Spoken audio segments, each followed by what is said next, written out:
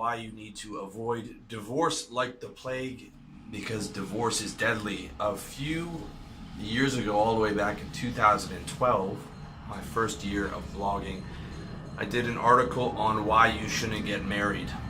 And I went back and had a look at that the other day, and my opinions haven't changed.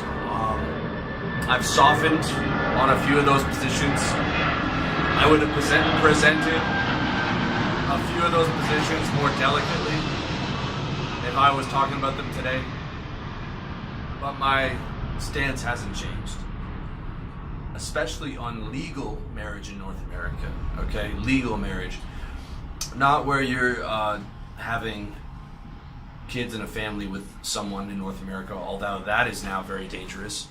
But while you're doing it while signing the legal contract that allows the government to be able to be in charge of splitting up your assets and the 50% chance that the divorce happens, and the fact that those assets and that family court is going to be skewed very much against you, the man, in the divorce scenario.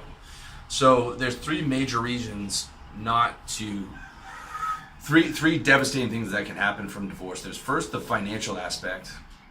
Half your assets, alimony, child support. Since that article, I moved to Thailand. I've ran into a lot of older guys here at bars. I stopped going to bars where those guys go to because I've heard this story a lot. It's depressing. Guys who've been ripped apart. Most of the older guys are out here. Like, people make a fuss about guys coming out here and, you know, the older guys and then going to the girly bars and stuff like that. All those guys are divorced. Almost all of them, their wife left them. Every single guy I've talked to, about 10 of those guys, eventually the story comes up, the wife left them. They lost their assets. Half those guys are still paying alimony now, 25 years later, even though they haven't lived in America in 10 years. One of the guys, his wife cheated on him, and he had to sell out. He worked for the postal service, you know, to be able to retire. He had to sell out his bonds early, and to be able to pay her alimony, he had to move over here. He's still paying for it on a woman that cheated on him, and living on, you know, the $200, $300 a month apartment. Sad and devastating, I imagine. And there's millions and millions of these stories. Financial, I mean, half your assets, half your bank account, the house that you probably paid for, at least paid for half of that, alimony indefinitely, child support until they're 18. Unless you're a wealthy guy, financial devastation. Okay, Johnny Depp married a known gold digger, Amber Heard, for a year. Cost him $7 million. $7 million for a year. Now, he's rich enough to be able to shake that off. Okay, you can't shake off $7 million. You can't shake off half your assets. All right. Channing Tatum right now is about to get divorced. They say it's going to cost him about $40 million. $40 million. Okay. Steven Spielberg, Harrison Ford, those guys have paid $100 million plus. $100 million, dude. There's no cap on alimony and what you have to pay.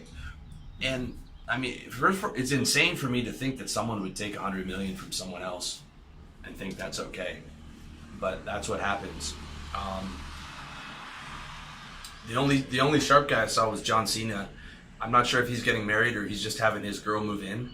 He waited till he's in his 40s. He doesn't have kids, and he made her sign a 75-page contract before she did it, because he has to. He has to protect his assets. And the press is jumping on him, saying it's not romantic, and, you know, what kind of a guy is he? And it's like a guy who doesn't want to get roasted by a coin flip's chance of losing everything that he spent his life building. Like, I wish it was a different story, but that is reality right now.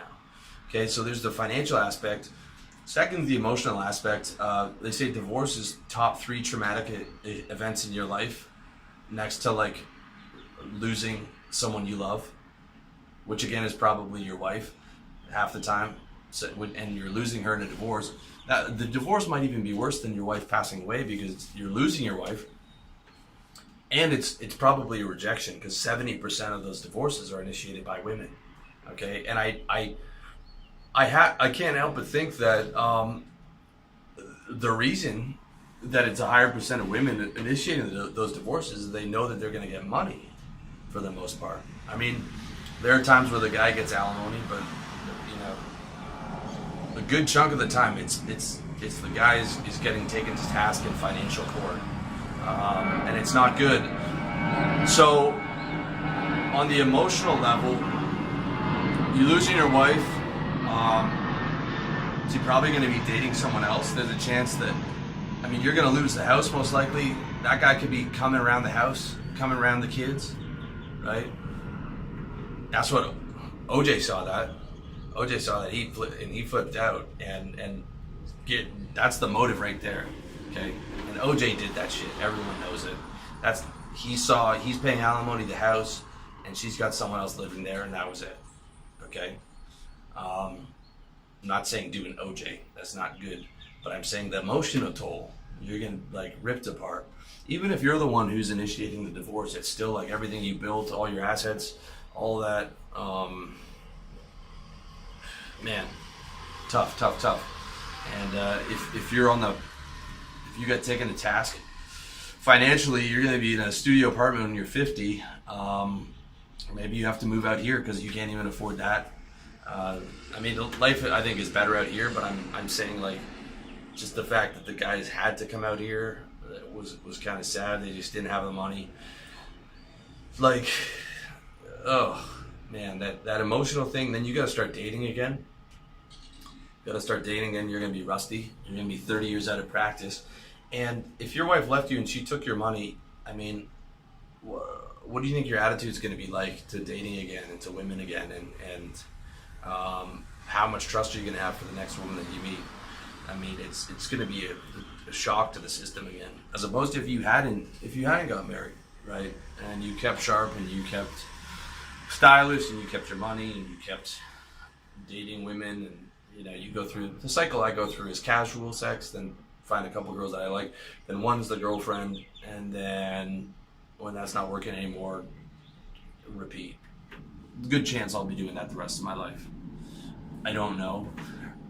I get the marriage thing. I get wanting to settle down. I get wanting to have kids. I get wanting to have the legacy. I get wanting to have that. But I'm just looking at what's going on in the West, dude, and I mean, it's crazy over there. The third major thing that'll hurt you is your kids are gonna be fucked up.